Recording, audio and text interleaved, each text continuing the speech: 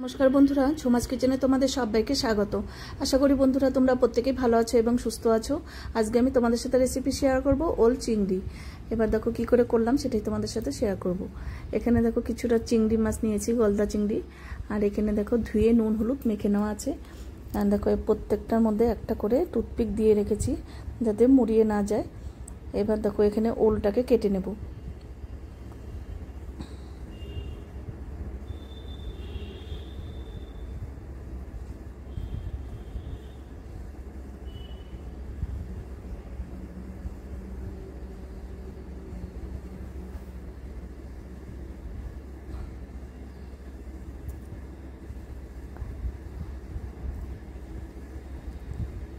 দেখো চোকলা ছাড়িয়ে নিয়েছি।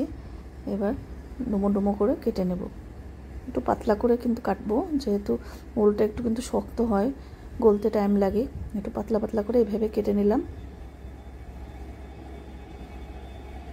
এভাবে আমি আর একটু কেটে নেব। এবার দেখো আমি একটু জলে একটু সেদ্ধ করে নেব, খুব বেশি সেদ্ধ করব না, যাতে ওলের যে চুলকানো ভাবটা সেটা চলে যায়। আর দেখো একটু সেদ্ধও হয়ে যাবে, হাফ সেদ্ধরও কম। এবার নামিয়ে নিয়েছি ওলটাকে।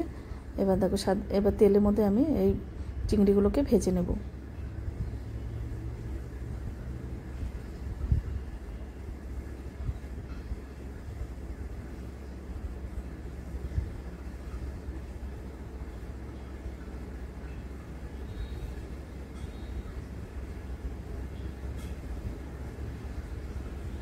দেখো ভাজা হয়ে গেছে, তুলে নেব।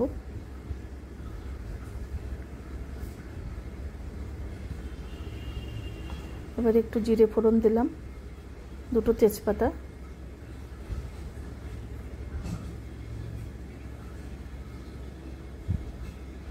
এবার এখানে 2 চামচ জিরে বাটা আছে। তোমরা চাইলে জিরের গুঁড়ো দিয়েও রান্না করতে পারো। আর এখানে দিলাম একটু নুন, হলুদ হাফ চামচ,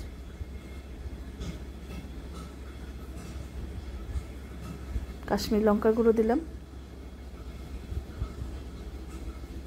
ঝালের জন্য 4টে কাঁচা লঙ্কা দিলাম। এবার খুব ভালো করে কষিয়ে নিতে হবে যতক্ষণে না মশলার কাঁচা গন্ধটা চলে যাচ্ছে। আর অল্প একটু আদার পেস্ট দিলাম।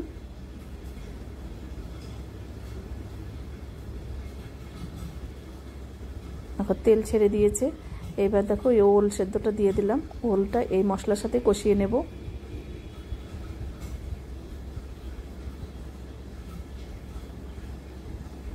কষানো হয়ে গেছে, দেখো তেল কিন্তু ছেড়ে দিয়েছে। এটা ওলটাও সেদ্ধ হয়ে গেছে। এবার জল দিয়ে দিলাম। তোমাদের যদি এই চিংড়ি ওলের রেসিপি ভালো লাগে অবশ্যই একবার হলো ট্রাই করবে। ওল চিংড়ি দেখবে খুবই টেস্টি হয়। এবার দেখো চিংড়ি মাছগুলো দিয়ে দিলাম। আর তোমরা যদি সুন্দর সুন্দর রেসিপি পেতে চাও আমার ইউটিউব চ্যানেলটি অবশ্যই সাবস্ক্রাইব করে রেখো। আর যদি ফেসবুক থেকে দেখো পেজটিকে ফলো করো, তাহলে আমি যখনই যা নিত্য নতুন ভিডিও আপলোড করব নোটিফিকেশন তোমাদের কাছে সঙ্গে সঙ্গে পৌঁছে যাবে। এবার দিলাম অল্প টমেটো কেচাপ আর একটু চিনি দিলাম। আর তোমরা চাইলে ঘি গরম মশলাটাও দিতে পারো, আমি এই গরমের জন্য আর দিইনি। দেখো ওল একদম সেদ্ধ হয়ে গেছে। এবার আমি নামিয়ে নেব। এই ঝোলটা কিন্তু একটু ঘন ঘনই ভালো লাগবে।